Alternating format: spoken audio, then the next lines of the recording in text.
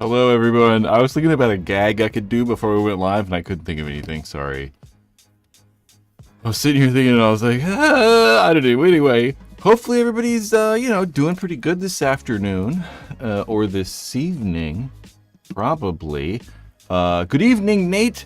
Nate's an early streamer. It's good to have you guys early. As you can see, you can probably tell the title what we're going to talk about. A little bit of paintball news, a little bit of surprise paintball news, we'll say. But first, let's have everybody sound off in the chat. Let me know where you're from. I want to see if we can find anybody that's in Bogota, Colombia. That's kind of a shot in the dark. Although we've had Colombians in before, so it's not like super crazy. We have Jordan in Portland. We have Nate in HB. Huntington Beach, I presume. Although, I could never tell. Someone could just put that they're in, like, where the hell was I looking for? Someone could just put they're in, Bogota. Dave's on the west coast of Canada. Our Lord and Savior is close in Seattle. We have Buenos Aires. Ben Lawton's packing up the gear for the packing up gear for, I cannot read, God. Packing up my gear from League Night in New Hampshire. I'd like to be in New Hampshire right now. I never really got to explore that area of the world. It's not like I've explored that many areas. We have Maryland, Las Vegas, Camp Lejeune. Is it Camp Lejeune? That's correct, right? I've never read Lejeune ever, I don't think. I've only heard it. Daniel in Atlanta. And, there's some other ones. We got Mitty in the UK. So we're going to sit here all night until someone from Colombia comes in.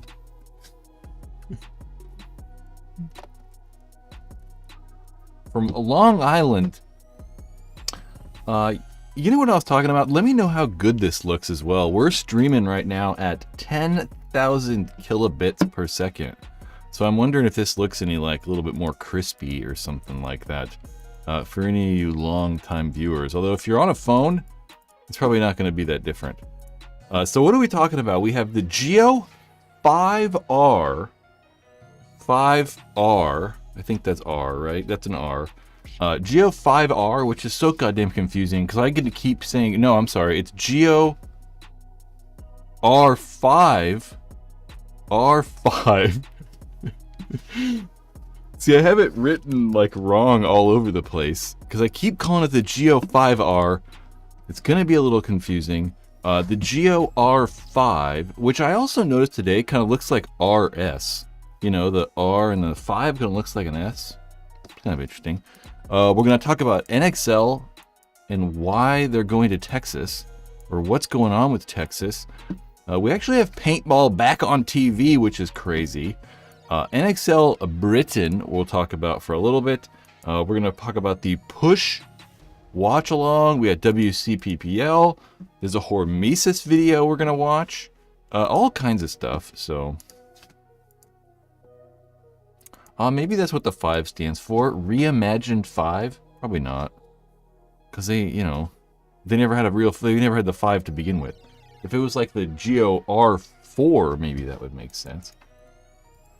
All right, so let's just jump right into this bad boy and talk about it. Let's talk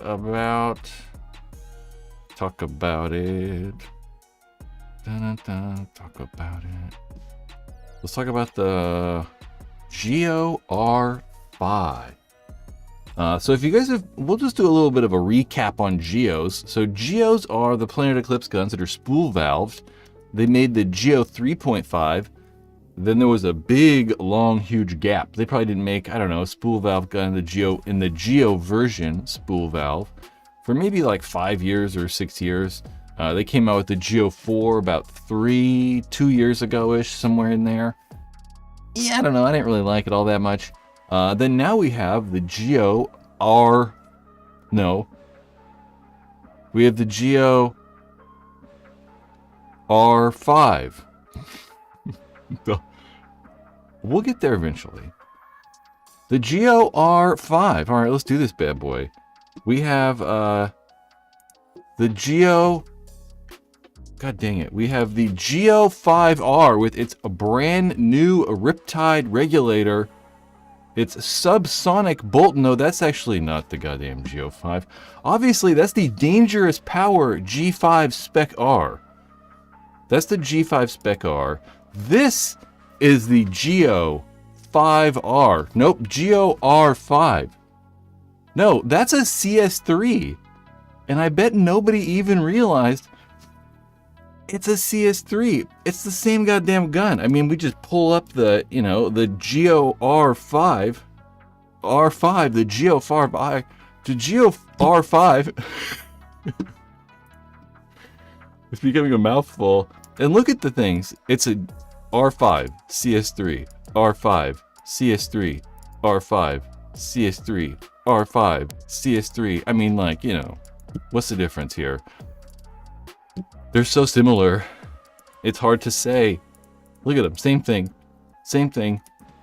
Okay, Geo R5, that's actually the gun right there. Let's let this thing go through, and then we'll show the colors. And there are 6 colors at launch.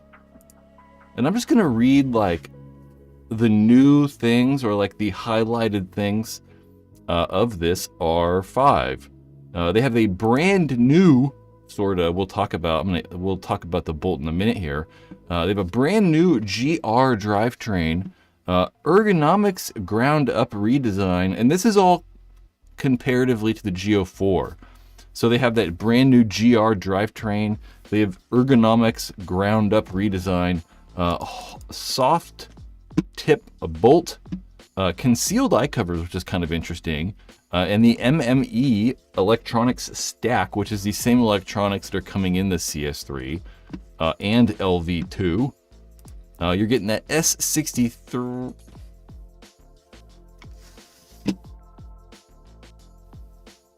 Why'd this light just turn off?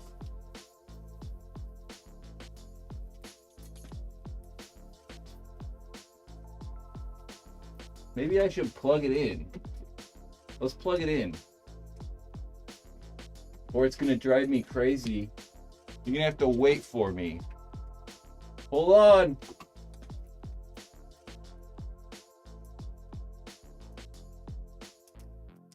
All right, okay. Same electronics package that you're getting in the CS3 and LV2. You're getting that S63 barrel. It's slightly lower pressure than the Geo 4, maybe by about 15 to 20 PSI.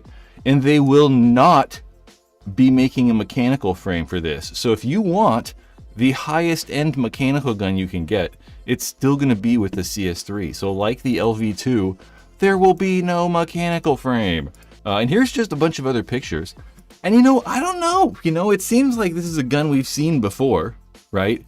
It's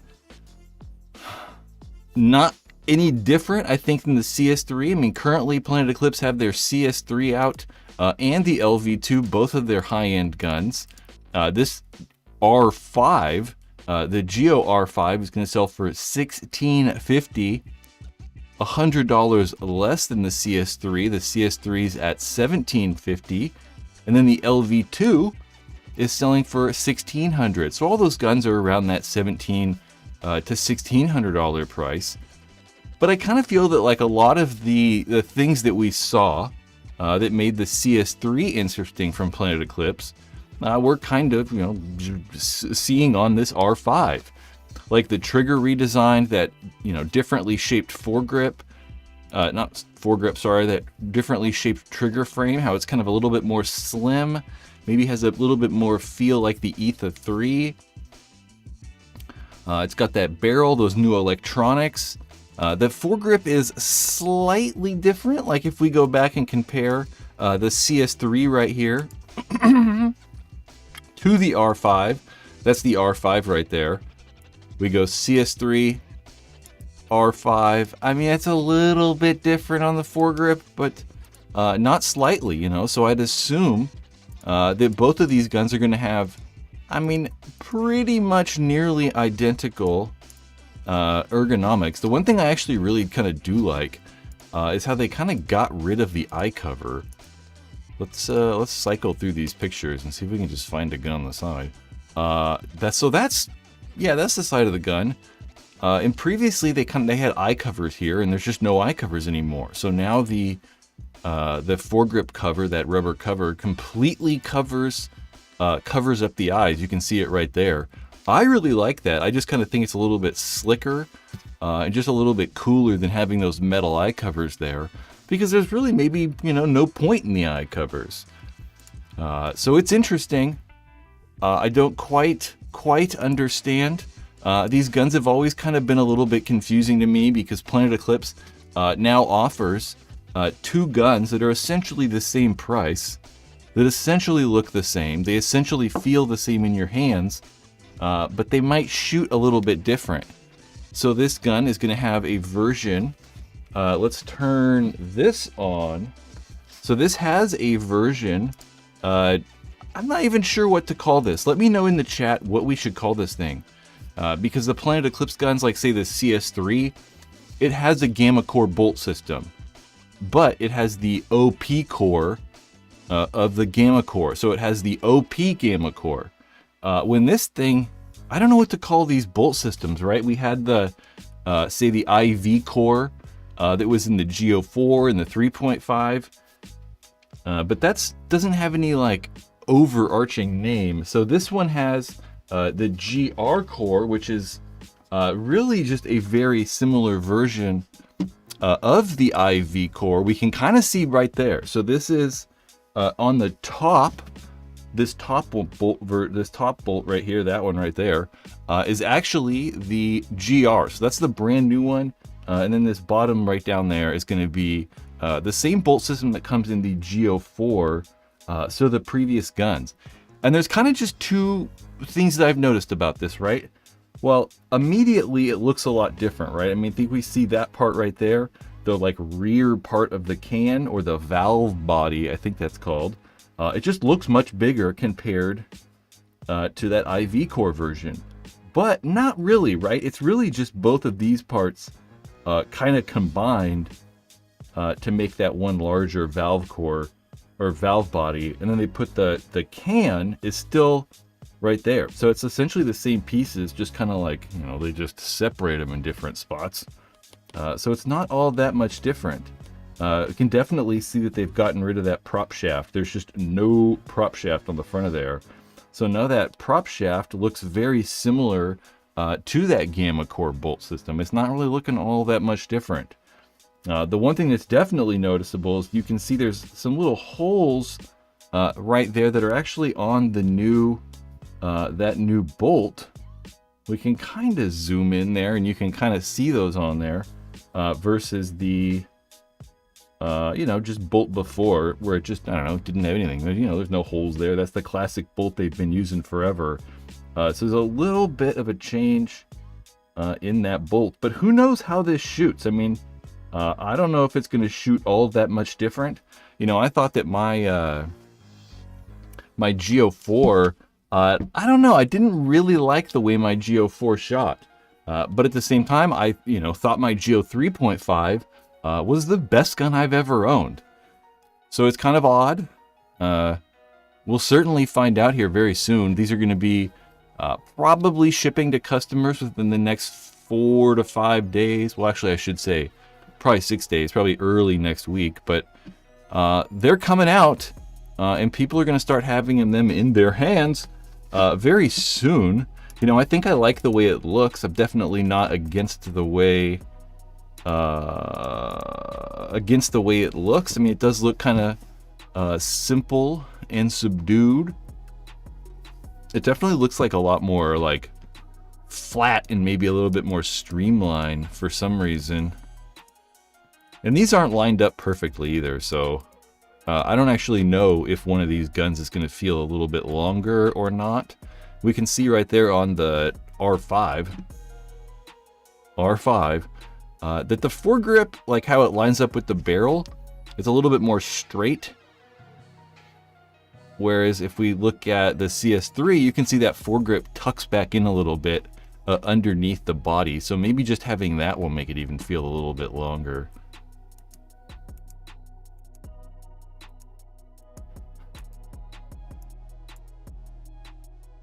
Still kind of has that same like banana style shape that the CS2, or not the CS2, that the CS1 and the Geo 4 both had. How they had that like large kind of banana stylish banana clip, maybe foregrip. Yeah, I don't know. What do you guys think? If you had to pick, what would you pick? A CS3, an LV2. Can I add like multiple options? Oh yeah, there you go. Or the Geo R5. We're gonna make a poll in the chat. Let me know. Let me know what you guys think about this thing. The body is thinner than the Geo 4 between the feed neck and the front of the trigger guard. Dave says the body is thinner than the Geo 4 between the feed neck and the front of the trigger guard. Who's texting me? Nate, I think that's you. Nate, are you watching right now? That's funny. That's funny. I don't really like where the chat's at, or the poll is at. That's kind of lame. We'll have to, in future versions of this, maybe I can figure out how to move that to the top. Yeah, I really do like the new versions of like the CS3, those like streamlined bodies or whatever they're called. That they're doing all that like deep laser engraving on. I really like it. You know, I really like that like smooth, just kind of like really simple body. It's like, I really like the pipe version of the DSR Plus. That like free flow version or whatever they had. That was about it. The microphone cut out. You're sure? Is it still cutting out? I don't think it's cutting out. Someone else let me know. Oh, look, we got stream elements right there. Always put that pole in the center of the room, some brain says. This is the best spot for it. I mean, I don't know where else you're going to put it in the goddamn corner. Well, you could do like tricks off the wall and stuff. Hans Solo says, Ether 2 is still the best deal overall. I got mine brand new for $360 at the local field. Either the Ether 3 or either the Ether 3 or the Ether 2, for sure. I mean, I love the Ether 3. I mean, I think the goddamn thing's fantastic. You can't go wrong at that price. LV2 is more different. You're confused. I don't know. You're telling me? I don't know. Yeah, I just think it's odd how Planet Eclipse has these 3 guns that are all kind of in that same price, you know? I think it makes it difficult for consumers. I think when you have the LV2, these poppet valve guns, then you have like a spool valve gun. I mean, those are pretty different, you know, where you could maybe describe the difference or obviously visually see the difference. But I think when you're having a customer try to choose between the R5 and the CS3, it just gets a little difficult, right? I mean, they're nearly the exact same gun, just with a different bolt system. So I've always thought it was weird. I remember when Bob Long, I think that Bob Long was like the first company that we thought this was weird doing, because he had so many guns that were like the same thing. I mean, it was like, there were like 8 guns that were out at the same time from him that all did the same thing. So it's kind of odd. You got partake in this poll, you guys. Let me know. I see that there's more of you in here than have partaken in the poll. So let me know. I'm going to vote. No, I can't vote, actually. It's a battle. It's really close, actually, so far. We have 35% for the CS3, 33% for the LV2, and 33% for the R5. That's really close. See what I'm saying? It makes it a little bit hard. I think that it's called like what do they call that? Like when you have too many choices, it makes it hard to pick. I mean, not that like 3 is a ton of choices, but you know. Make autocockers great again. I don't know. Autocockers have never been great. Autocockers are better than they ever have been. That's for sure. You know, I never really liked my cockers. They always broke down, but nowadays they're better than ever.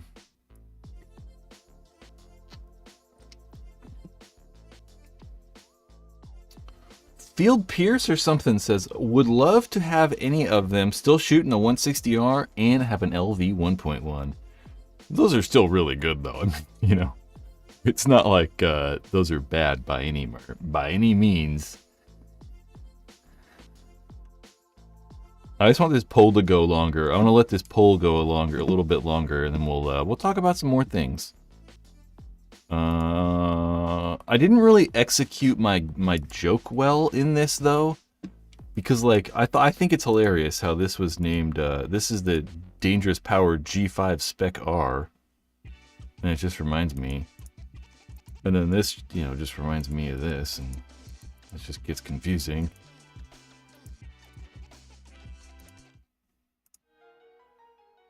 Yep. Let the poll go. Answer the poll.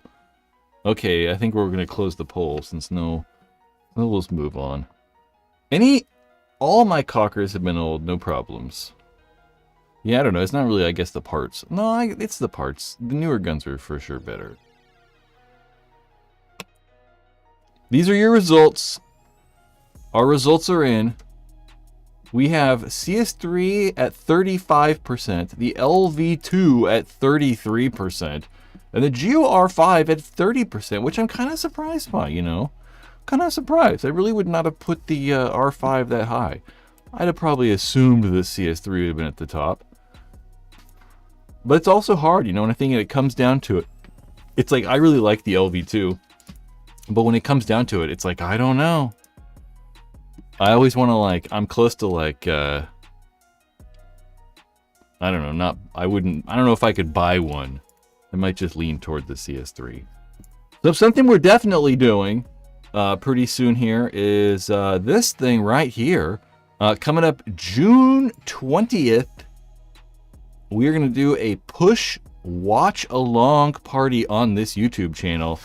So for any of you channel members, Ben, I see you right there, Ben Lawton, channel member, on June 20th at 4 p.m. Pacific Standard Time here on this YouTube channel, we are going to do a live stream and watch Push together.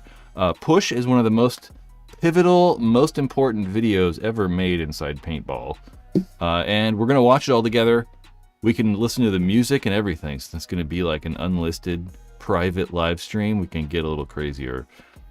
So if you want to watch Push, make sure to become a member. It definitely helps support this channel. You get some perks. You get some, like, you know, discount on merch, and you get to see videos early and all kinds of stuff. Help support this thing. We can make more like Paintball history things. Jake Dole! Hello, sir. Hell yeah, can't wait. Hell yeah. Can you give me a hell yeah? Hell yeah. Connor, I'm not buying any new markers. That's over $1,000 unless I make 100K a year. Well, I'm not buying anything then.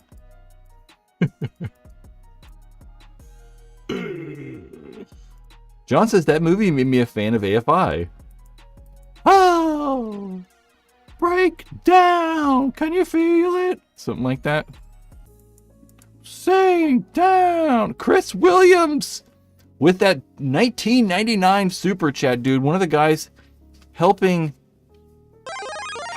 this whole ship sail. Thank you, sir.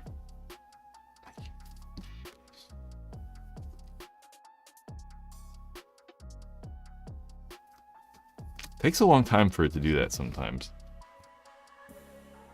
Nate Hanneman said, do private streams stay on channel? Yeah, they should. It'll probably just be unlisted, essentially. It'll kind of be like... Actually, I don't know. It should. Yeah, it should be exactly the same for all the channel members. It should be exactly the same, I think. I mean, it'll definitely be... You can definitely watch it later. And if for some reason it doesn't work, I'm going to be recording it, so I'll just, like, re-upload it or something. So... yeah, it should. Yeah, it should. I highly doubt it goes away. You know what I'm saying? Your illegal gun video seems to be doing well. Yes, speaking of the illegal gun video, The next video I wanted to make, we kind of talked about on this channel. I've talked to some of you. I've kind of posted some things in some places. I'm pulling it up right now. But it was going to be about smart parts and like the smart parts saga. You know, smart parts went a little crazy. You know, I don't know. And I used to defend smart parts. We'll talk about that too a little bit here. Let's do this first. So yeah, this video was going to be about smart parts. And I just wanted to talk about all the like crazy things that have happened to smart parts. You know, smart parts owns or owned. First, if you don't know, Smart Parts was a paintball company that started in the early, or I should say the early ages of paintball, but probably about the late 80s. I'm not 100% sure, but they owned a lot of patents, right? They owned like, I think the electronic solenoid patent. They owned a lot of patents. They owned like some regulator stuff, lots of patents. And they got those patents and it seemed like everything was fine for a while. Then they started suing people. I think that their first lawsuit was like in the late 90s. I think that they might have sued Angel in 1997. But they actually ended up suing Angel again and losing that lawsuit. Swartz, with that $4.99 super chat. Thank you, sir. You're freaking awesome. Brad, I sent you a DM on IG trying to get you a copy of Gap magazine. You know, I appreciate it. Were you gonna what? Oh, look. I'll look on Instagram. I thought about just asking for one, but I was like, I don't know, because I would just want to show it on the live stream. And I don't really like asking for stuff for free, so I'm kind of bad at that. I'll look at your DM, and if not, I'll just ask Alex. I can just ask for one. I've looked at it in person. I just, you know, it's so goddamn big. I mean, to do the thing's like this goddamn tall. I'm like, I don't even know if I can fit it on camera. It's so big. We'll figure it out. I appreciate it. It's paid for. You can do it every. Oh gosh. We'll figure it out. What was I talking about? Smart Parts, though. Yeah, Smart Parts sued Angel, and they actually lost the lawsuit with Angel. That lawsuit was the Angel Smart Parts lawsuit. Smart Parts sues WDP, so that was in the summer of 2004. But whatever. What I'm trying to say here is that, like, you know, I don't know. I don't know what to do. I kind of don't know what to do. You know, like, this is. I'm not the guy who's gonna like start just talking shit and like burning bridges and like piss a bunch of people off. Cause you know, I like working this paintball thing, so I'd like to like, you know, not upset people. And I think that if I make a video about the patent stuff, it's just gonna all be bad about Smart Parts. You know, it's going to be that, you know, Smart Parts sued this company, and then they forced this one out of business.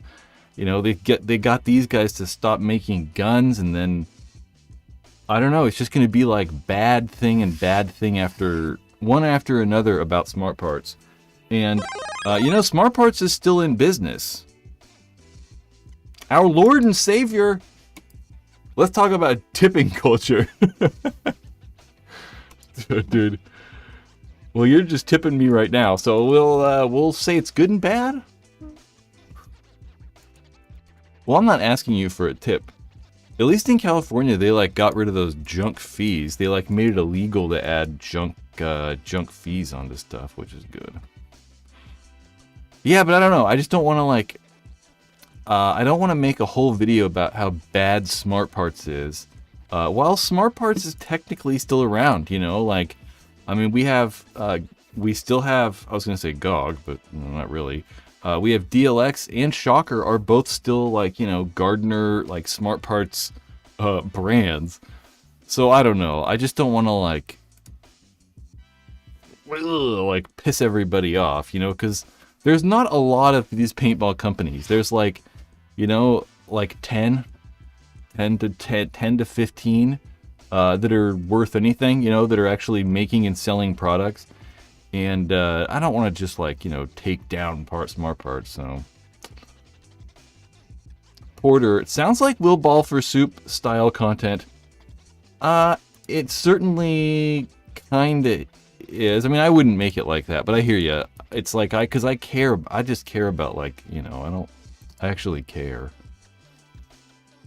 I don't know, Connor, I understand them being businessmen, but it's just a different beast when you own your own business and people are copying you and taking your money.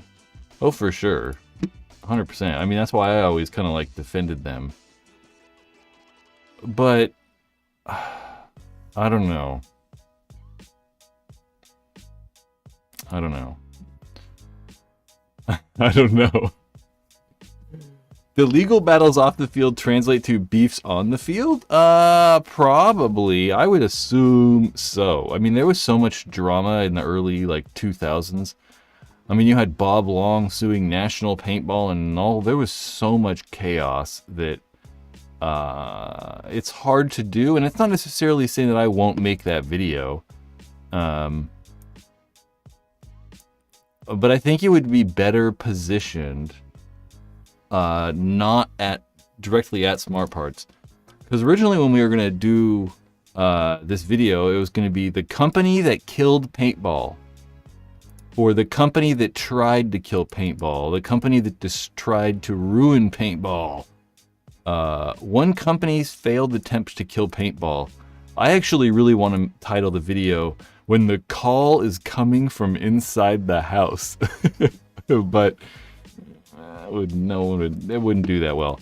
I think a better way is going to be like the patent wars that almost killed paintball, or how patent wars almost ended paintball, paintball's darkest hour, the patent war saga, something like that. That's maybe a little bit more broad, but I still feel that, like, in the end, it's going to be like Smart Parts did this and this and this. This is going to be a list of all the things that Smart Parts did.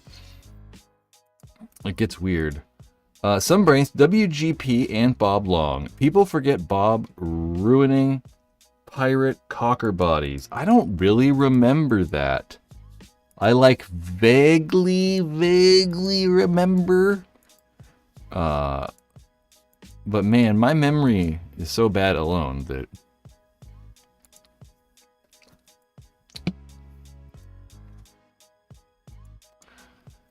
I don't really remember. Could be a video on all the patents for sure. Weren't brake beam eyes patented for a long while? I think there were even some of the amount. Yeah. I think there was even some porting. There was a, whatever that says. There was a patent on barrel porting. Smart Parts actually held a patent on barrel porting. So they actually held the patent on spiral porting. So you couldn't, like, have a barrel that had spiral porting. Which is crazy, you know, it's like, but that's not their fault, you know, I don't know. That's just our patent system. So I don't know. I got to think about how to do this. And I even thought about contacting the gardeners, Adam Gardner and something Gardner, Bill Gardner, I think, and then just telling them straight up, like, hey, I'm going to make a video about you guys suing everyone. What do you guys think?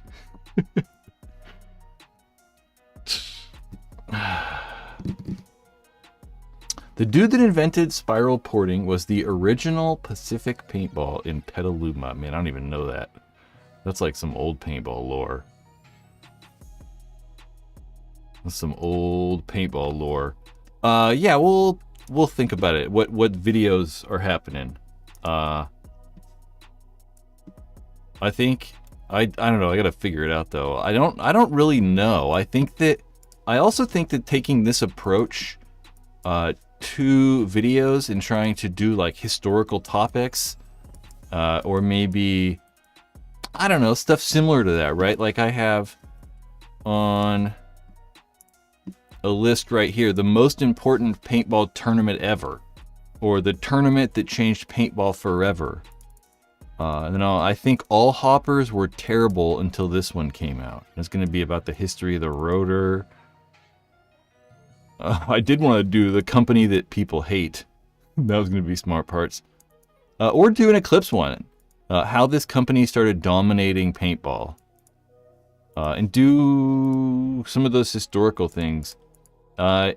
And I don't know. I don't know where this channel is going to go. I don't know if I'm going to continue doing the same style videos we did in the past.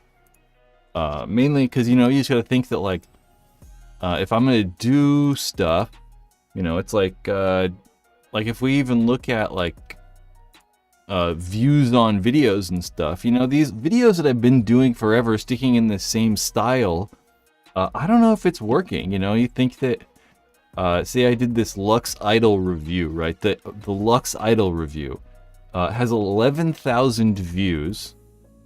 And then the illegal guns that transform paintball have 278,000. You know, it's 27 times the amount of views. So I don't know. You know, I was thinking about it with this not GR5, the Geo R5. The Geo R5, and I don't even know if I'm going to do a review on that thing. I don't know. I don't know if it's worth the time for me to do a review. We'll certainly buy one. I'm certainly going to buy one, and we'll do like an unboxing in the live stream, and I might do a shooting video or something like that, but I'm not 100% sure if I'm going to do a review. I might just, like, not do it and then do something else, you know, do one of these videos that's the most important paintball tournament ever, rather than doing the Geo review or whatever. Because it's a Lux. It's kind of because it's a Lux, but not really, you know. I mean, this CS3 video from over 1 year ago has 34,000 views. So yeah, and it's not all about views, don't get me wrong. It's not just that. But, you know, I gotta make money. So. And obviously this illegal gun video, not everything's gonna do that. I mean, 270 is fucking crazy. But even if it's, you know, 10% of that, it's still considerably, it's still double the amount that I'd have gotten for the Lux. I got in the Lux video or whatever, so. I don't know. Most important event ever. I don't know which one it would be. It would be one of two, I think. I think that there was the first airball tournament, or the first hyperball tournament. I think one of those is probably something like that. Kenneth Wilcox, the illegal guns video is unique and interesting to both old heads for nostalgia and younger people who've never lived it, for sure. The Idol review doesn't have views because the Idol is an era that costs twice as much. Well, sorta, not really. I mean, the first half of that's correct. I mean, I think that, you know, the people didn't, you know, watch the Idol video because it's not interesting. I mean, I don't know. It's just not interesting. You know, like, I'm not clicking and watching that. But if some other person made this video, the illegal guns one, you know, like, I'd click and watch that because it just seems interesting. And it's certainly nostalgia. I like to call that nostalgia bait. It's like, you're like tricking people into it, so who knows? Chris Martin, we're talking all about video manufacturing. There's lots of more topics we can talk about too. We got more stuff I can talk about. How long, what is the total average time it takes to make a video, shooting, editing, etc.? It truly, I mean, it's all over the place, you know, like, yeah, it's just so crazy. It's hard to say. But I would say, like, let's look at the, I don't know. Let's look at, see if this, does the channel come up quickly that way? Like, if we look at these, right? Like, obviously some of these take way longer, you know, like, this took forever because there's so much research and stuff. But I would typically say it's about an hour and a half per minute on a normal video, right? So like an hour and a half per minute. So like this one's like, it's probably like 2 hours per minute. So this is like like, I don't know, like 30 hours, something like that. But it's all over the place. You know, this video is way longer than that. But that's okay, you know, because it's, you know, it pays off. Yep. Our Lord and Savior, I would like to see some educational videos on paintball stuff. Like what? What do you mean? I would say most of the videos are educational-ish. But like how? The amount of damage that the financial crisis in 2008 did to paintball is pretty wild. Could be a good video. Yeah, I don't know.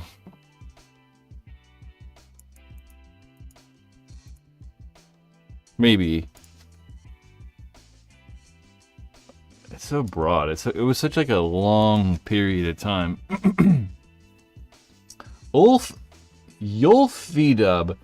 The thing about a review video versus a history video, like the illegal guns one, is that the intrigue of the former is almost solely based around people who already have a specific interest in buying it. 100%. You pretty much got it. Well, the history can appeal to anyone with even a vague interest in history of the entire sport. Yep, pretty much. It's just like, you know, that's why there's people like, you said those old players came back. They're all like the nostalgia people. So, for sure, if you didn't play 10 years ago, if you haven't played paintball in 10 years, it's still interesting because it's just such a broad, interesting paintball topic. Whereas, obviously, the idol, you know, if you haven't played paintball in 10 years, you're probably not watching reviews on brand new paintball guns. The science behind products. So one thing I definitely want to do is go on a tour of the new paint facility, because GI Sports opened a paint manufacturing plant only like 2 hours away in Reno. So I'd really like to try to go to GI Sports and walk through their factory, have like a tour of the factory and have them explain what's happening, kind of. That could certainly have like, you know, information in there.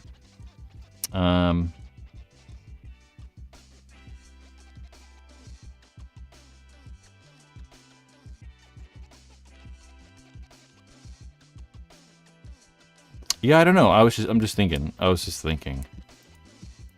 gonna like, I'd have to think about how that would work. I was thinking about like science-y explanations of some things.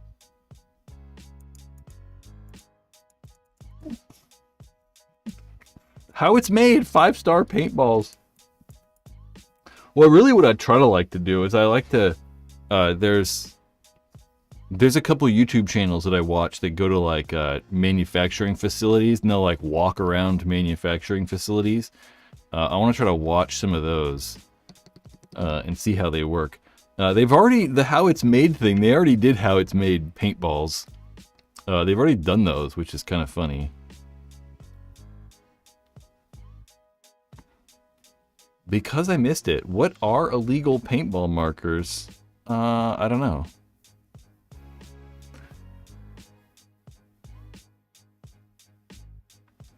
He does what? Motorcycles? What? All right, I don't know. What else we talk about here? Let's go to my long list of interesting paintball topics.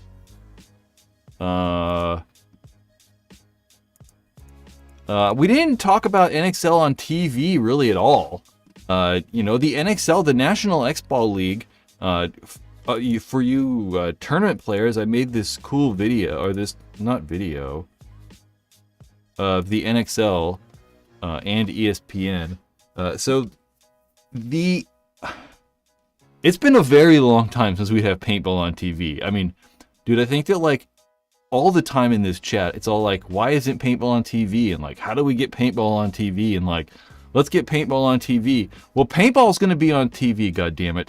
It's going to be on TV August 2nd, 3rd, or 4th. So really soon here. I mean, you know, only in a few months we're going to have actual paintball on actual TV.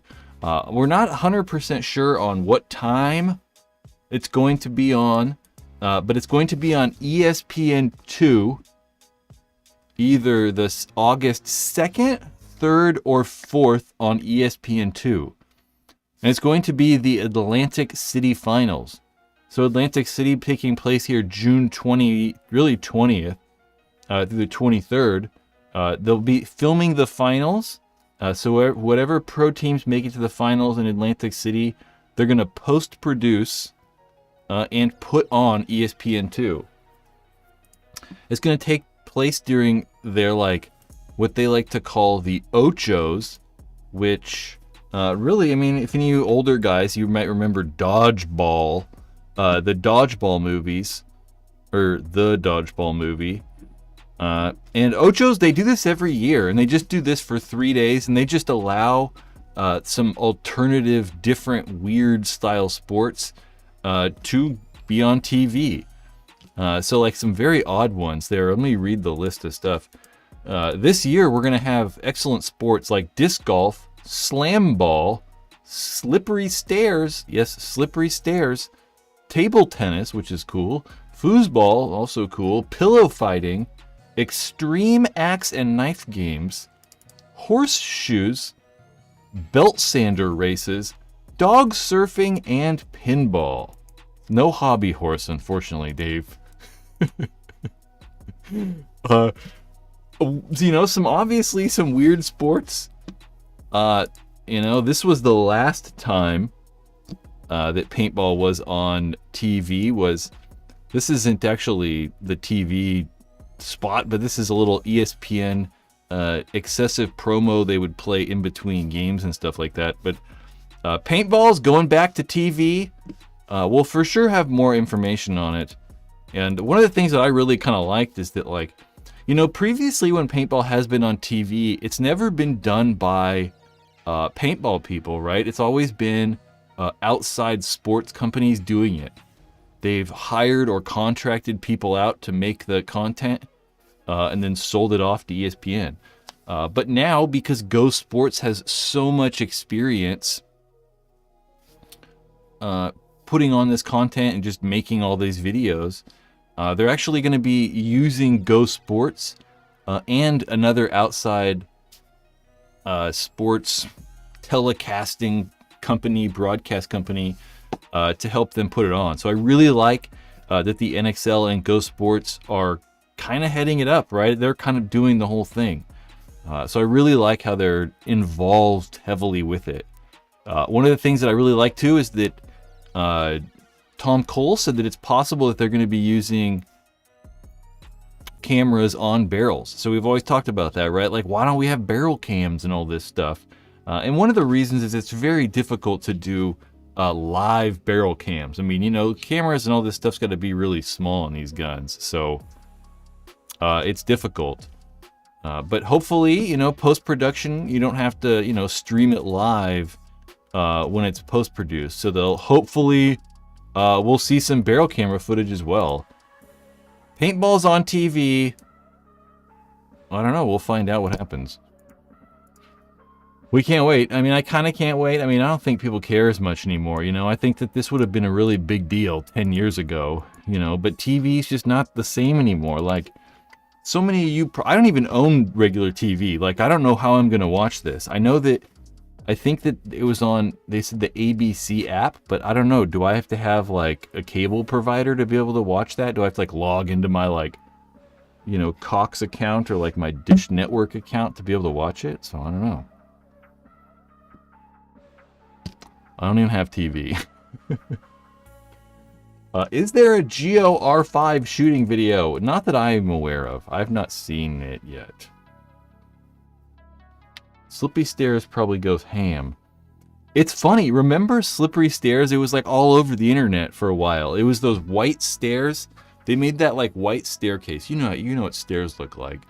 They made those like white stairs and they put like padding on them and they like just lubed them all up. And people were trying to walk and climb up the stairs. It's actually pretty cool. It actually looks really fun.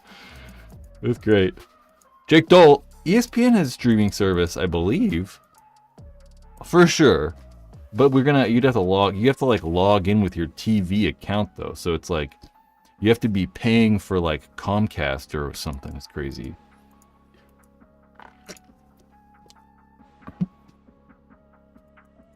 Clifton, so some of these, there are shooting videos. So yeah, some guys have shooting videos, I guess, out there already. The Geo R5 shooting video. I didn't see it at all. I didn't really look. We didn't even watch a video that Planet Eclipse put up. This is not a shooting video, but this is a video of the actual R5. I do like it. I mean, it does look good. I mean, people complain about the way these guns look all the time, but I don't know. I don't think it looks bad. I think it looks perfectly fine. I mean, it is kind of boring, though. I mean, mainly just because it looks so similar to the CS3, you know? Like, I mean, you ask me in, like, 10 years which gun that is, I'm not going to be able to tell you the difference between the CS3 and the R5. Smooth and stable. See, I really like that eye cover situation. I'm all about it. I really like it. It's really, yeah, a modern Geo. So freaking exciting. It's like so exciting, I can't contain myself. NXL Texas. Yeah, we talked about NXL Texas last week too, and NXL, they're no longer, the NXL is no longer going to go to Texas. At least in 2025, Texas will not be a thing. I think after having a few really bad tournaments and, like, you know, showings, yeah, they're just not going to go to Texas anymore. Tom announced on the coaches show on the Major League Paintball YouTube channel, they will definitely not be going to Texas next year from May to June. So it's possible that we see a Texas event early or later in the year. But then Tom also said it's possible we're not going to go from February to June. So we might not see Texas at all next year, which I'm okay with. I don't play the NXL, so I don't really care where they play. Eric with that super chat, dude.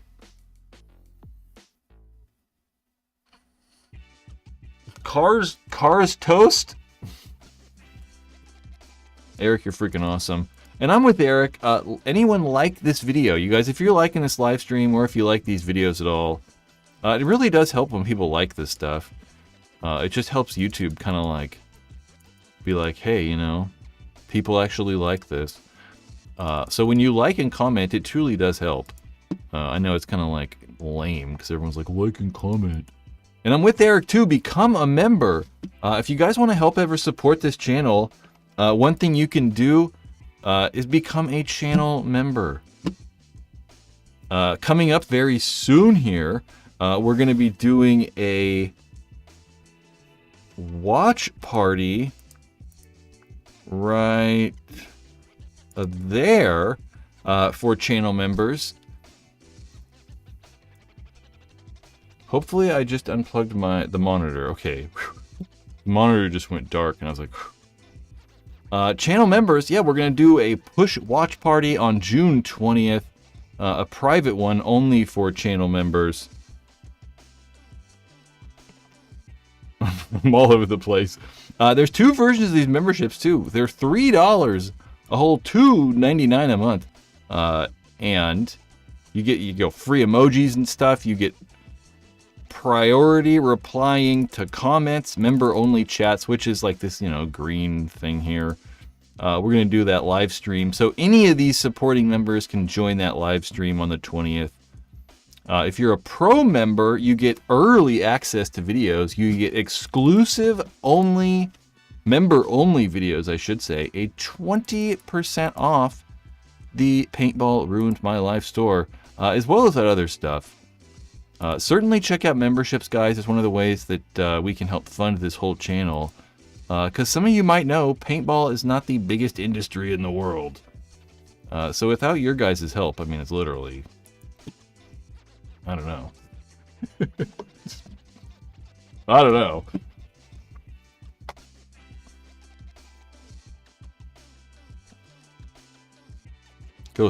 Got stuck in Austin. Yeah, that's not so fun. What else can we talk about? The WCPPL, although I did not get these images ready because I just remembered. Son of a bitch.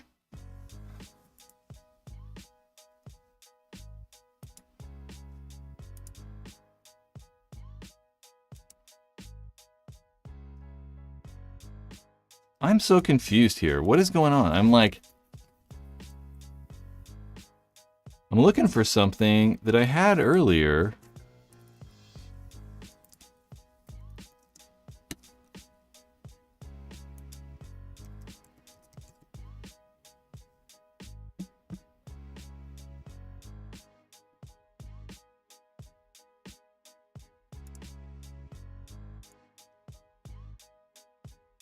I don't know. Bear with me, guys. Hold on. Okay. So I just wanted to show this. The West Coast Paintball Players League wrapped up this past weekend. And this is a video from, oh man, I don't remember the titles, the channel name all of a sudden off the top of my head. There's a link in the description of this. This is the BTA Butchers playing the, god damn it, the Stoned Assassins.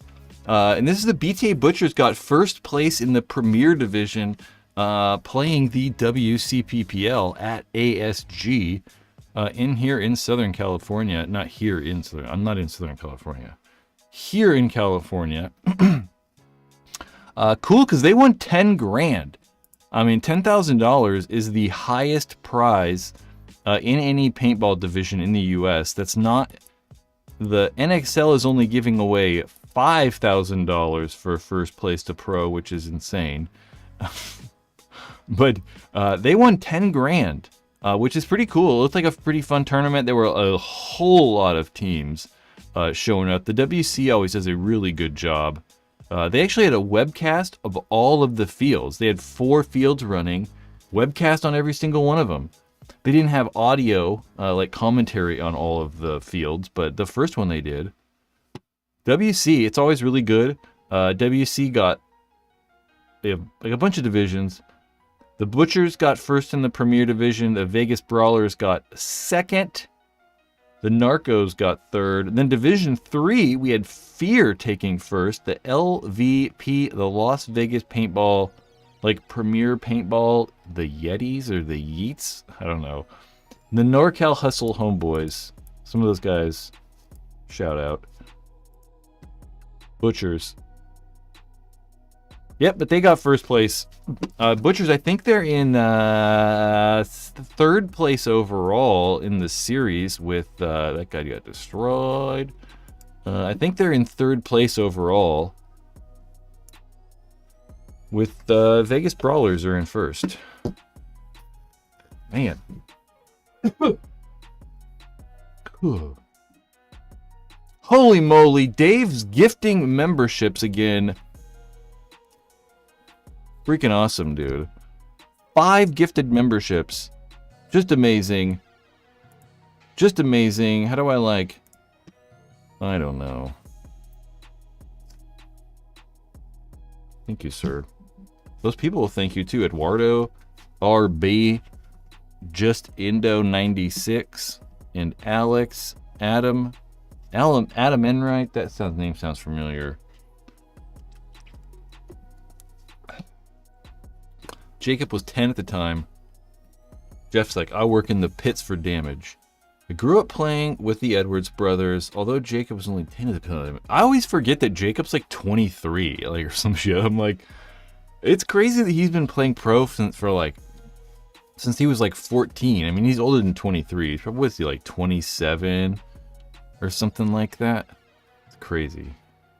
WCPPL is an excellent venue for paintball. Mike runs it well, and he is a straight shooter, no doubt about it, Jake says. Yeah, he does a great job. I mean, the WC's been like a great league since its inception, like over, 15 years ago or something.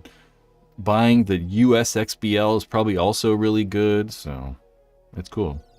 Jeff says, who's excited to see ESPN take on paintball? I don't know. No one really. I don't think anyone cares. I don't think anyone really cares, I mean, yep. I mean, I would like to see, as a paintball player. Ooh, we got the fog. The fog was really loud right there. As a paintball player, I'm interested. I'm curious just to see like increased production value and see like what that looks like and if that's better or not. But I don't know. Like, just no one watches TV. Like I was just saying, like I don't have TV. I don't even know like how I'm gonna watch it. I mean, I'll just have to figure that out, I guess, when we get there. But I don't know. I just don't feel that like the excitement is there because people just don't watch TV. It's like, okay, it's on TV.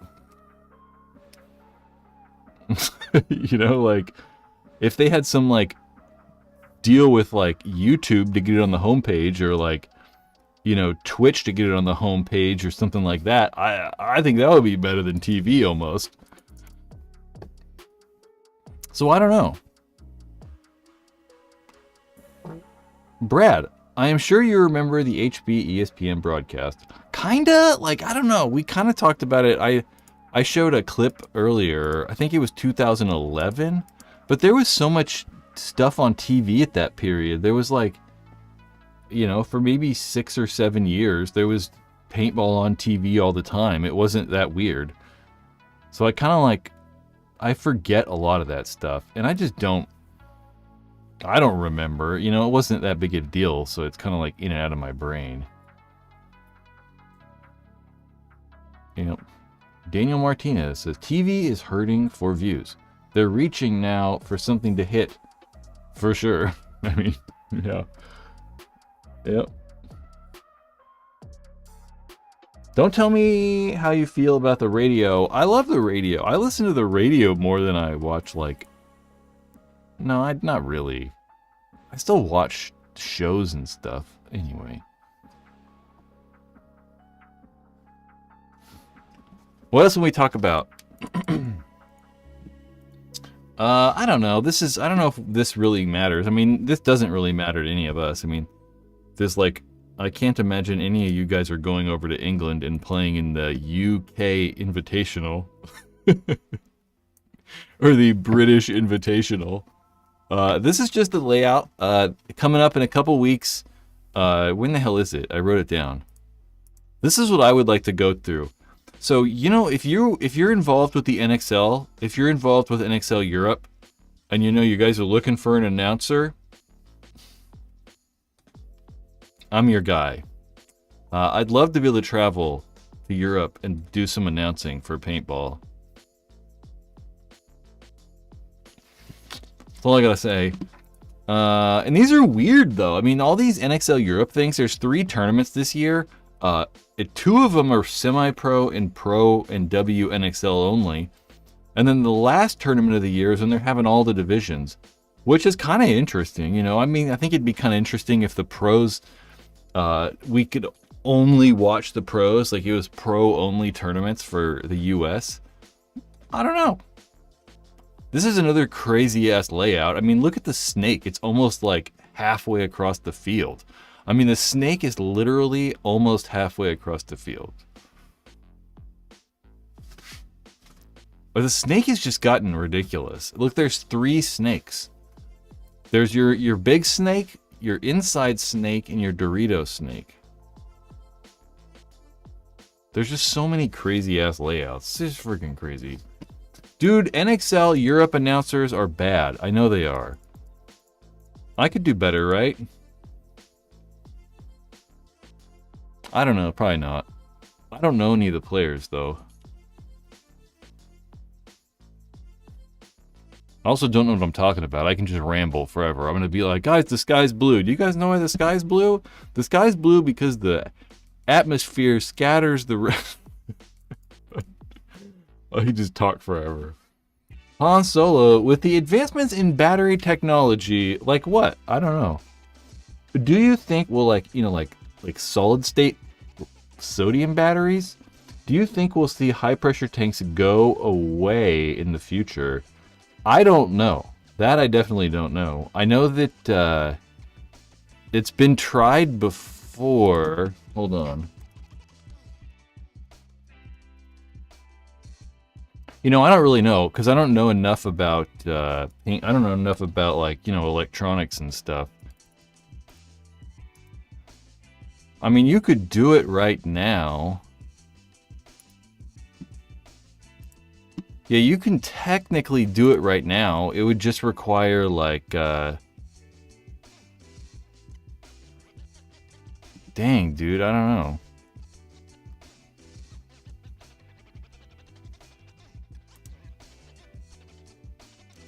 Some of you guys probably know what I'm looking for.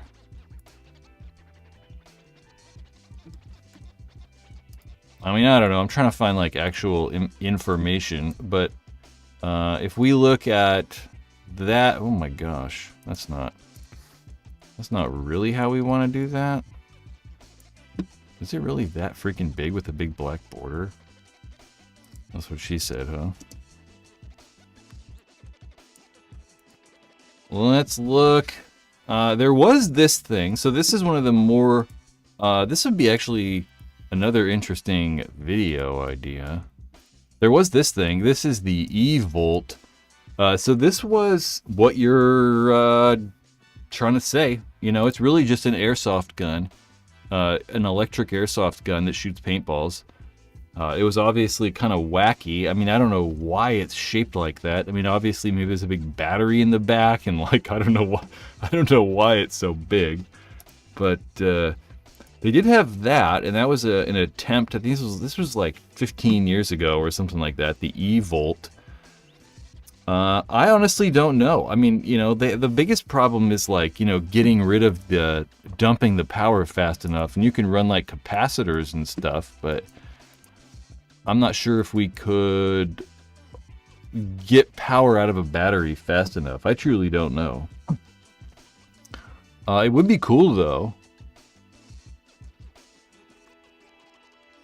Damn, the E-Volt. That's such an interesting thing. I mean, the E-Volt.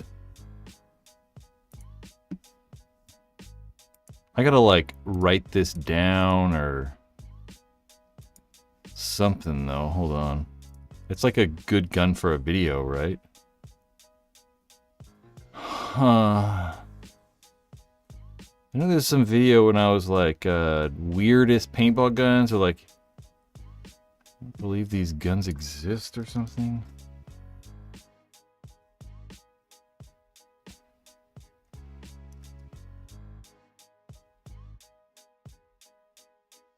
Weird paintball guns. There we go. The Empire E-Volt. Okay, there we go. The E-Volt. Yeah, it just never happened because, like, you know, they just, I don't know. Anything. Weird would be anything from Alien or MacDev. Maybe like the original Alien would be weird. I don't think MacDev though. Because they make, like, you know, there's like normal paintball guns. They might not be good paintball guns. Looks like the Halo machine gun. I think it actually was designed by Odyssey, the people that made the original Halo.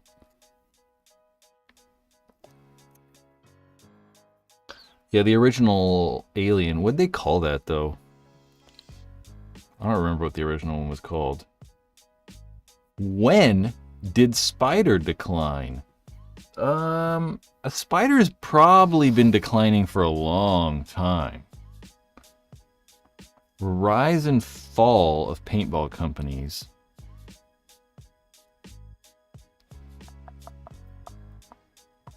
Yeah, we kind of did. I kind of want to do that. I have a video about Eclipse that I think Planet Eclipse would probably be the best to do that with. What was I talking about? Oh, Spider. Yeah, I don't know. I think Spider's probably maybe like 2010 or 11. Probably somewhere in there. I think that really what happened was I mean, honestly, I think a Zodin was Spider's biggest problem. I mean, a Zodin came in, which was really just a Spider clone copy. And then a Zodin started taking a lot of those sales. And then I think a Zodin was selling way more than Spider for probably like 5-ish, 6-ish, 7 years. And then I would say in probably like 2017 or 16 is when we started to see a drop in a Zodin sales. And I think it's mainly because like the Tippmann kind of came out with some better guns, like the Kronos came out. And I really like the Kronos. And it was a little bit cheaper and probably a little bit better. But then at the same time, we saw the EMEC come out. And then just in general, the prices of like, you know, these guns have just been dropping and whatever. I saw someone say the Ion helped kill spiders, for sure. But it didn't kill them off, because I mean, the Ion came out in 2004, you know, and spiders were around and kicking for a while after that. It's really kind of the EMEC. I mean, the EMEC kind of like, I mean, honestly, the EMECs kind of killed everyone. I mean, the EMECs put like, it's to the point where like, there's really not a reason to buy any other gun. If you're getting into paintball and you're buying a brand new, your first paintball gun, you gotta buy an EMEC. I mean, it just makes sense. I mean, obviously there's cheaper stuff. I mean, you can get like a Tippmann, you know, you can get the Stormer, you can get a Kronos or whatever for like 140 bucks, 150 bucks. But I mean, we all know that, you know, it's only 150 more dollars for the EMEC, and it's like wildly better. I mean, it's like so much better that all these companies just EMEC, you know, it's like buy an EMEC. Old Soul, that's perfect. Spider versus Tippmann was the Budget Ballers Autococker versus Automag. Yep, that's funny. That's true. And then for a while there, it was like Intimidator versus Die or DM or whatever too. Now it's like Planet Eclipse versus Lux or something like that. That's funny.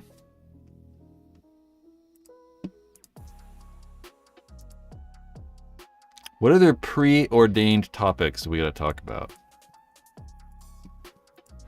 We can talk about Paintball Ruined My Life merch. Whoops, the E-Volt. Go buy yourself some merch. You know, I've been pumping myself on here. If you want to get some cool ass headbands for only $30 over there on the Paintball Ruined My Life store, you can find that in that link right there.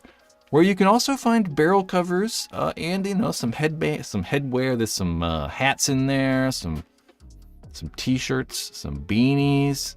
Headbands are only $30, and you can actually get 3 of them for $75, which is a pretty good deal. They're 100% denim, and they smell good. I mean, you know, they smell like headbands. Well, no, they smell like a brand new headband, which is, you know, cotton smell.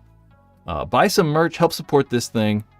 Help me make more of these cool paintball videos so we can help grow paintball. Grow paintball is better for all of us. Buy some merch.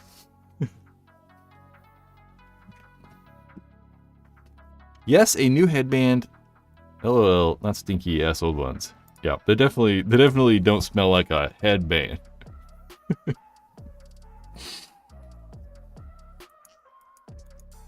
Talk about Brass Eagle. What about Brass Eagle? Like, what else can you shove into a marker? Like, just like shove, like, what do you, like a video suggestion? Just shove some stuff in the marker?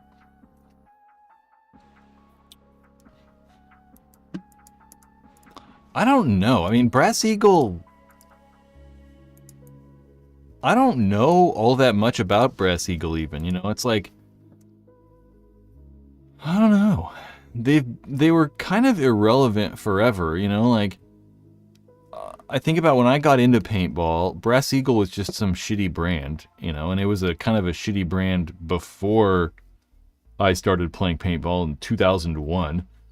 And when I was, in paintball, it was just some shitty brand that, like, not even the paintball stores really carried. It was always at, like, Walmart and Big Five and Dick's Sporting Goods. It was always at, like, weird stores. I mean, really. So it's like, I don't even know. It's true.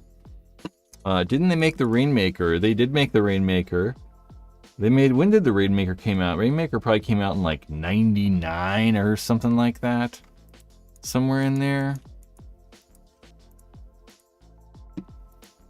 Some brains. Brass Eagle was never good. They started making pump guns with a Line SI, forced them into cheap crap when the Ironman started using Bushmasters. Goddamn, I don't know. That's yeah, I was gonna say the original Brass Eagle stuff probably wasn't that bad. Oh, JG Wentworth. Are we gonna get some cash now? Call 877 cash now. JG Wentworth. 877 cash now.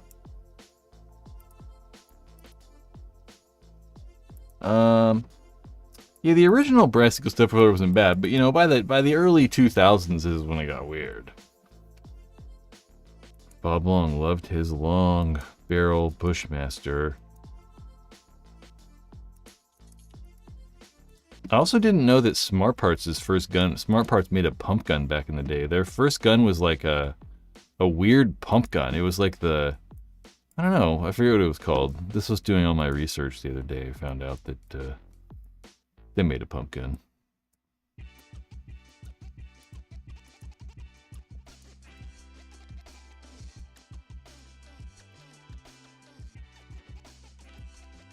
What the hell was it called? Well, I mean, it was like a Nelson valve pump gun. It was like just like the same pump that everybody was making, which is kind of interesting, right? I mean, they made a gun that was really just a copy of another gun. They made a gun. It was just a copy of another gun, and kind of ironic that they just ended up suing everybody. But meanwhile, they copied people to begin with. What am I looking for? I'm looking for, like, videos. What was the first Smart Parts gun called? Do I have the timeline? No. References? No. Product timeline? Story pacing. I don't know. Maybe I just don't have it anymore. How waterproof are electronic markers? Well, I can't say they're waterproof at all, because that would mean that, like, they could just be submerged fully in water. They're not, I wouldn't say waterproof. I would say that they're water resistant. It also kind of depends on which gun we're talking about, because there's some that are a little bit better. There you go, Boss pump. There you go. Boss. Yeah, it just depends on the guns. I mean, it's hard to say, like, obviously I think the higher end ones are going to be a little bit more, or they're going to be less prone to water ingress. The Magic Box. What about the Magic Box? They stole that idea too, right? This is the problem with that Smart Parts video. I was saying, I don't want to make a video that's just like Smart Parts sucks and Smart Parts sucks and Smart Parts sucks. But I think they stole that Magic Box idea too. Stole the Magic Box idea. Stole the Magic Box. There was some other product that they apparently, like, ripped off from someone too.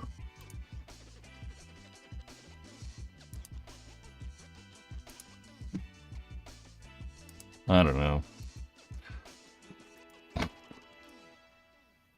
Ether 3, waterproof? It's gonna be it's not waterproof, but it's gonna probably be one of the better guns as far as water goes. I mean, it's electronic and it's not made like an iPhone. I mean, it's not like freaking crazy sealed in there. So you can still get water in there, but if you're playing in like the rain or whatever, it's fine. But I mean, you're not gonna want to like just put it in a puddle and just let it sit in the puddle for, you know, 3 hours. That's probably not gonna help. But just in normal conditions, you're fine, really. Yeah, I wouldn't worry too much. Yeah, I mean, it gets kind of rare. It's pretty rare that those things have problems. But then again, you know, I play in California, so we don't really see a ton of rain. So it's not like I'm like experiencing tons of rain. But yeah, I wouldn't worry really. It's fine. Who knows? Yeah, it was so crazy seeing the new gun, right? Like I was kind of just like surprised to see the new gun. Like, I don't know, I really did not expect to see this thing come out. It's just interesting. I don't know. I don't know what made me think of this. Tons of guns went down in Texas. Yeah, I mean, I can see that. That's why I was like, if you're playing in normal conditions, I don't know if I'd say Texas was normal conditions.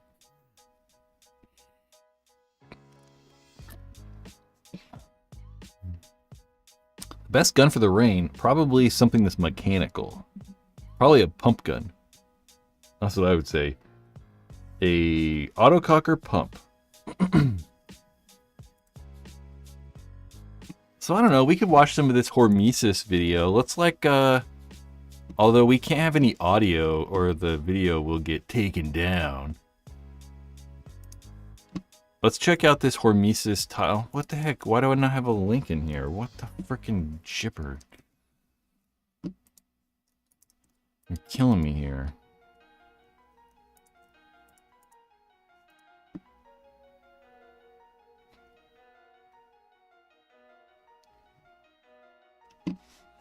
We opening?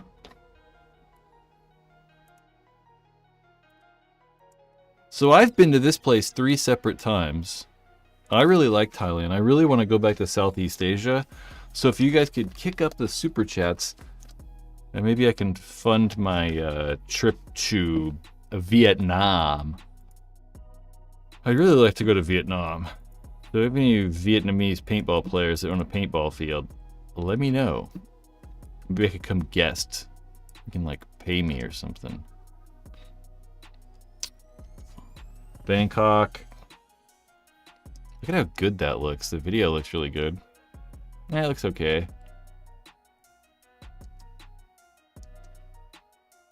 I'm like pausing it to see like if I like recognize anywhere. It would be really fun to go over there and play paintball though. I played in Malaysia once, like a long time ago. 2010, I think I played. Yeah, 2010 I played a PALS tournament in Malaysia. That was really fun. So this is the, I guess we could turn it up just a little bit so we kind of have a feeling of what's going on. But they'll take me down. Well, not, Hormesis won't, but YouTube will. This one is a lot smaller field. No one got. Yeah, I don't know. I think they'll like. Here we are. I gotta turn that down. Sorry, guys. Hormesis Elite 101 searching for the best in the world. Honestly, man, it feels good. Yeah. So Hormesis, they're like traveling around, you know, the world really, and doing these one-on-one tournaments. So this one here in Bangkok, this was the first of the year. I don't remember all the tournaments they're going to travel to. Or places they're going to this year, but It feels good to be here, man. I can't lie. It's just cool. that's one of the first. These are always just really cool. They look like a lot of fun, and I really like this one-on-one stuff. We constantly talk about me liking one-on-ones, so that's how it goes.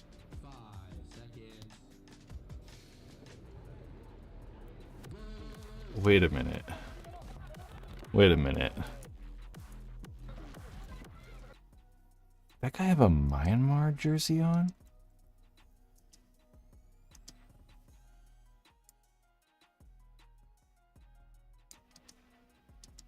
I want to see what this guy's jersey says.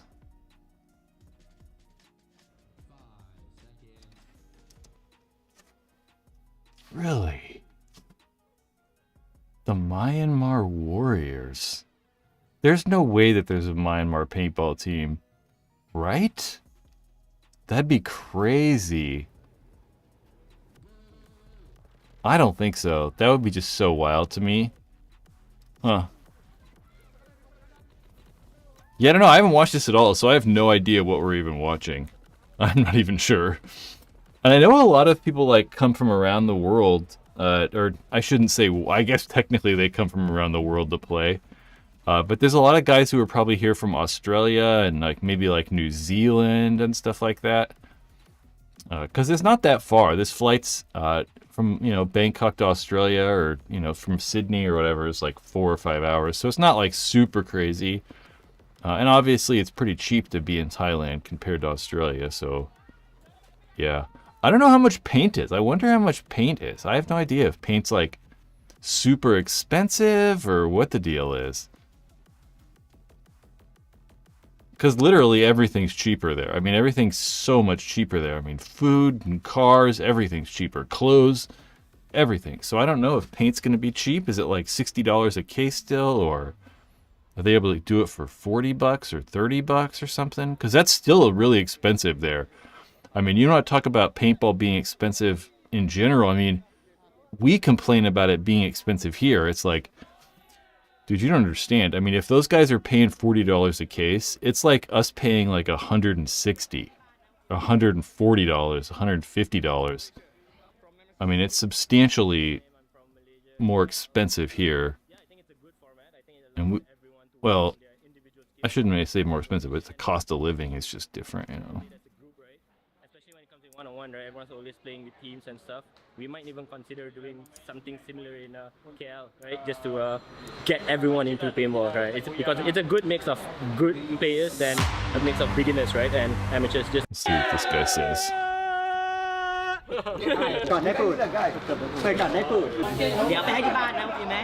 Malaysia. I'm from Malaysia, from Nemesis Legion. Nazim, I'm from Malaysia, KL. Yeah, I think it's a good format. I think it allows everyone to work on their individual skills and rotation, and they see also like collate as a group, right? Especially when it comes to one-on-one, right? Everyone's always playing with teams and stuff. We might even consider doing something similar in KL, right? Just to get everyone into paintball, right? It's because it's a good mix of good players and a mix of beginners, right? And amateurs, just all bashed up together and get good experience. I'm Leo, I'm from the Philippines. Welcome to the duel. Real thing I'm trying to advocate is the duel. I want to know who the best is of you guys. You know? You guys from Malaysia might be, oh, he's the best. Oh, Thailand, no, he's the best. This could be yours too.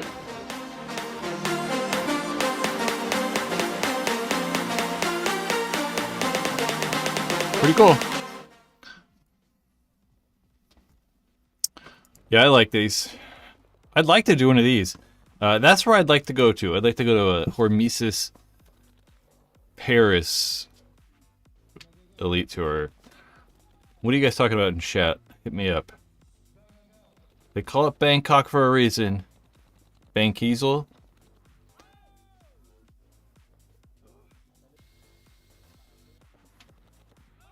If you're spending over $100 on a headband, you shouldn't be in control of your finances. It just depends, you know, if you're a billionaire. If you can spend $100 million on a yacht, you know, you could spend $100 on a headband. I should not be spending $100 on a headband.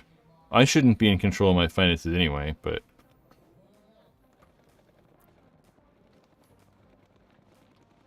it's all relative. Obviously, you know, but $100 is cheap too. I mean,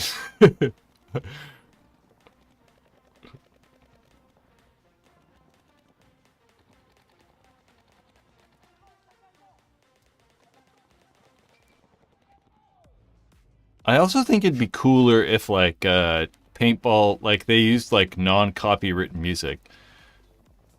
I think it'd be cooler, but you know. Smoked.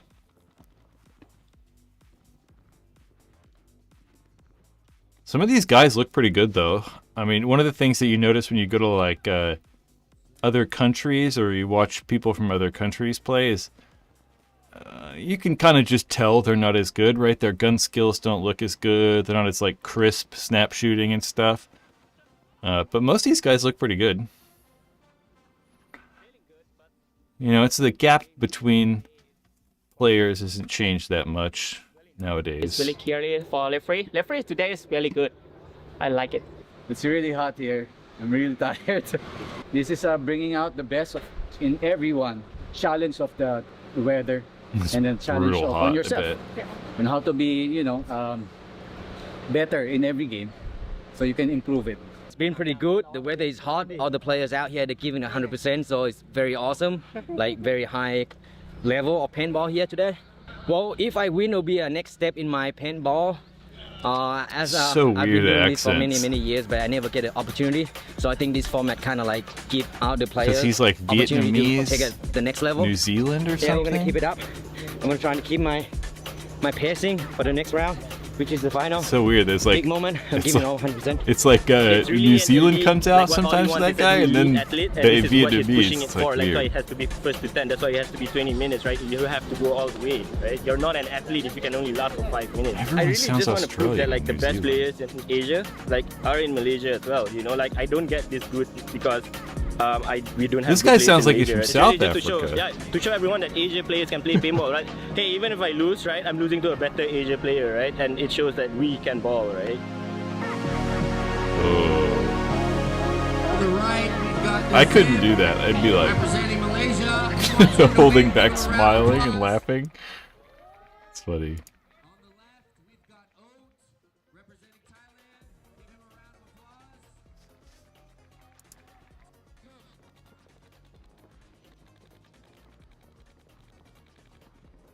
How long is this? It's not much longer. It's really good though. I mean, look at the like filming spot and stuff like that up there. Like, what's that guy doing? Why aren't we seeing those camera angles? What's happening with those guys? Look at, they like got TV cameras up there. What's going on with that? TV cameras.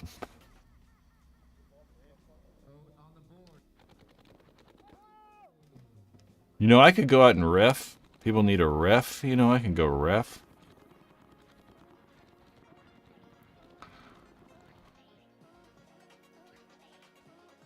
All that equipment, too, in Bangkok. I wonder how they got it there. Did they have to, like, fly? No, they just deliver it there? They get to keep the field or something like that? That's kind of cool. Go.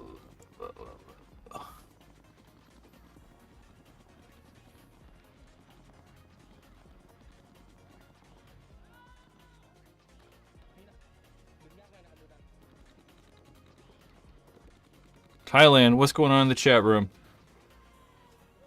It looks like Gerald from Bob's team. Gerald Garcia.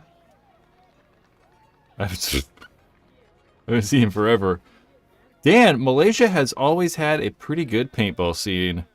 Yeah, it really has, huh? I mean, they have a huge population, which is helpful.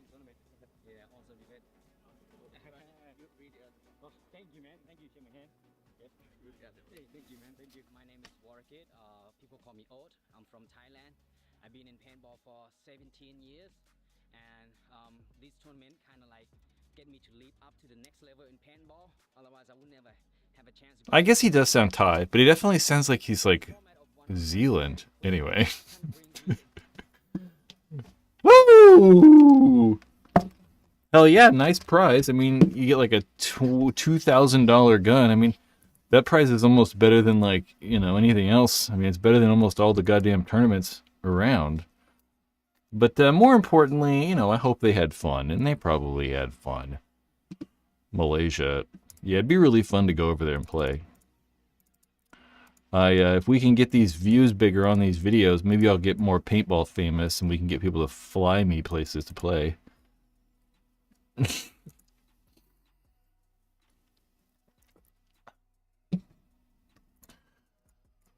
It's at an existing field. Maybe that was of me taking their stuff everywhere. But they have like the bunkers and stuff and like the banners and all that jazz. And that's more what I meant. Not like nets necessarily. I might have said nets too, though.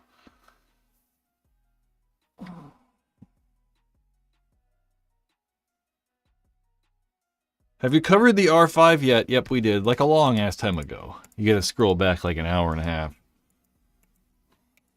A long time ago. Although I don't know if you can right now. Because we're in ultra low latency mode. I'm not 100% sure. Oh no, yeah, you can. You just gotta scroll back. I'm glad we fixed the computer problem though. We're having all kinds of computer problems. Like for a while there. Let's see if we can even ramp up the quality. Let's ramp it up to 1500 kilobit. 150,000 kilobits down. Increase video quality.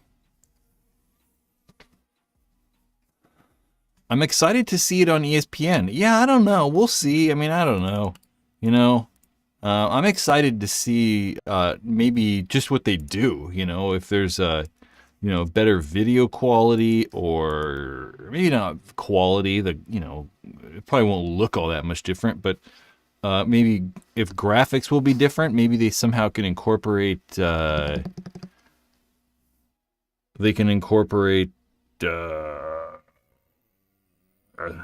You know, maybe some interesting stats and stuff, because they'll have about a month and a half, I think, to edit the thing, and we'll see. ESPN. I can't wait for Apple AI to do weird things to his stream.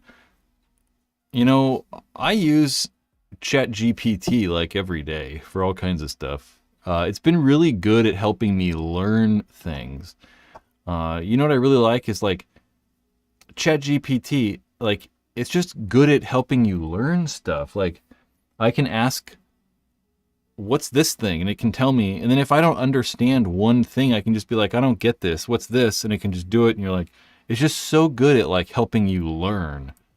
I find it very good at helping me learn complicated topics or learn stuff. It's reshaped my life. I haven't watched the Apple stuff today, so I don't know. I don't really care. It's all the same, like, generative, like, blah, blah, blah, blah, blah, blah, blah. I do hope Siri's better, though. Siri's a fucking nightmare. I mean, it was, like, the only thing it's, like, one of the main things I miss from Android is just Google Assistant. I mean, Assistant is, like, so much better. I used to ride my bike a lot. I mean, I used to ride my bike, like, 15, 20 hours a week, something like that. And it was really handy just to be able to, like, ask questions. And, you know, it'd tell me, fucking Siri's like, oh, I don't know, I'll look that up. And I'm like, all I did was ask you the time. Like, don't look it up. I'm excited to see it on ESPN. Yeah, we already read that. Hit me up with questions. We got Dan Sora AI. Sora AI model should be interesting. Yeah. I'm definitely curious what's going to happen. I mean, I don't know. I mean, one of the problems is like there's so much content, right? And like, you know, having AI be able to write content and make videos and images and stuff, it's either going to like, it's flooding. So there's so much content now, it's crazy. And it's just going to get worse and worse. But I'm curious about, it might make it even more important, or it might make, like, you know, people like myself, like real people making real things, it might make it even more interesting because there's like less and less of that actually happening. I don't know. Bard sucks. Llama sucks. I haven't installed the Mac OS beta today. Oh, to get whatever. Yeah, I don't know. I've used Bard. I have the. It's not even called Bard anymore. It's called Gemini Advanced or Gemini or whatever. And I have the like Advanced Gemini one because I did a trial, but I pay for ChatGPT so because I use it so much. It's interesting. I don't know. There's just so much stuff now. Yep. There is already dudes flooding garbage generated content, and it's true. It's really been like that for years though. It's like, dude, Google search has been like pointless for like so long, you know, like probably like 3 years, Google's been pointless. It's like, you know, there's no question. Every time I go to Google something now, I always put Reddit in the search topic because like Google just gives me a bunch of random weird ass links. And it's like, I want to know like what people actually think. But now it's like every single website is just based around affiliate links. So it's like any website you find, it's just going to try to like get you to go buy stuff on Amazon. So it's like, I don't know. And honestly, ChatGPT is so good. And some of these AI stuff, they're so good at answering questions that Google's almost kind of becoming, you know, not very good or not as useful. And every time, like, you know, we have all these hallucinations and all this weird stuff can happen. But at the same time, it's like, when I ask it, like, just basic questions, like Googleable quick answers, a lot of the time it's right. But, like, today I asked, today I asked that?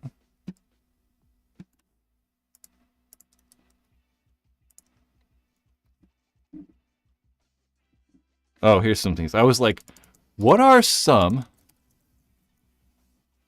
Can I open this? Let's see if I can open this window.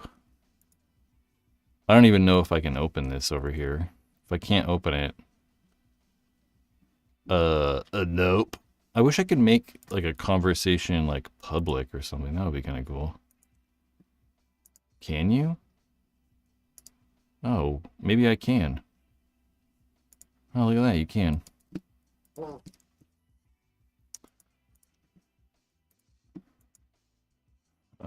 Yeah, like, look at this. I asked, like, today, I was like, what are some of the most important things to happen in paintball history? And it was like, the first paintball game in 1981. Like, that's not real. That's not true. That's probably true. That's not true.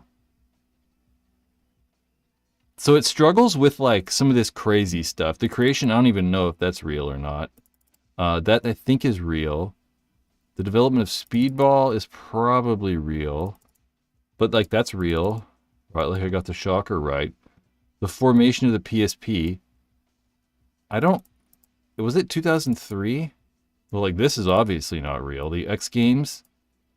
The advent of scenario in Milsim paintball in 2000s. I don't know. I don't even know why we're doing this. But some of the stuff, it's like really good. Like it's like really, really good. It's just crazy. What's the legality of content ownership that these models use? If you own Paintball Ruin My Life and want to drive traffic to your site, but ChatGPT models use your content to answer questions, 100%. I don't know what the answer is.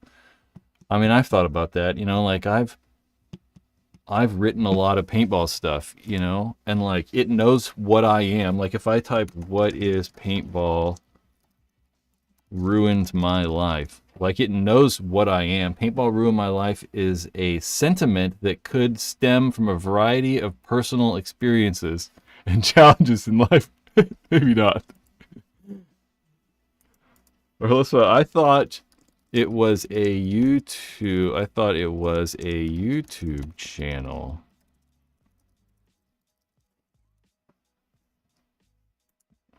Paintball Ruin My Life is indeed a YouTube channel. Gear review, it's all about it, like it's crazy.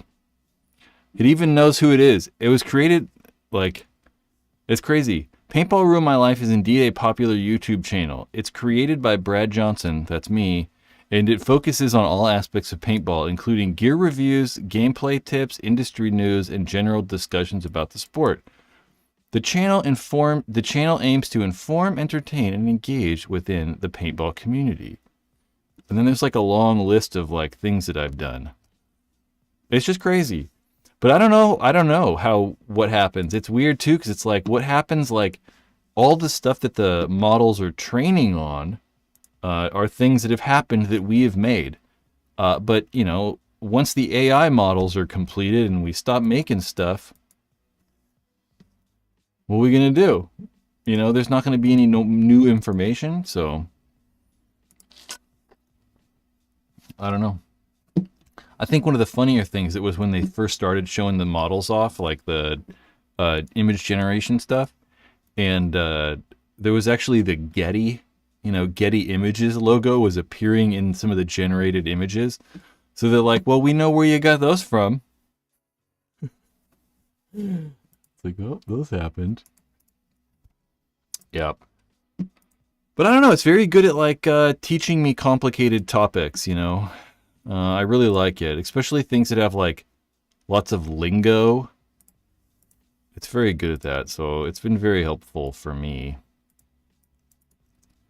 Yep. It's pretty cool. I've made it. All right, guys. Yep, I'll be back Monday. Make sure to go over and maybe sign up for a membership. You can... that's not what I wanted to do. This is what I wanted to do. But then I wanted to switch back to this. Yep. Maybe, sign up for a membership. Think about YouTube memberships here. They're only $3 a month. And you can come watch the push watch along here in about 2 weeks. If you sign up for the Pro one, you can get like early access to videos and some other perks. You get discounts on the merch, Paintball Ruin My Life merch stuff. Just give it a thought, In the meantime, I'll be back Monday with some more paintball news. I'm going to try to play paintball next weekend, so maybe we'll watch like some gameplay stuff. We'll see how it goes, depending on how my knee equips myself. Okay, guys. Come back next Monday, 4 p.m. Pacific Standard Time. And in the meantime, oh no, be safe, make good choices,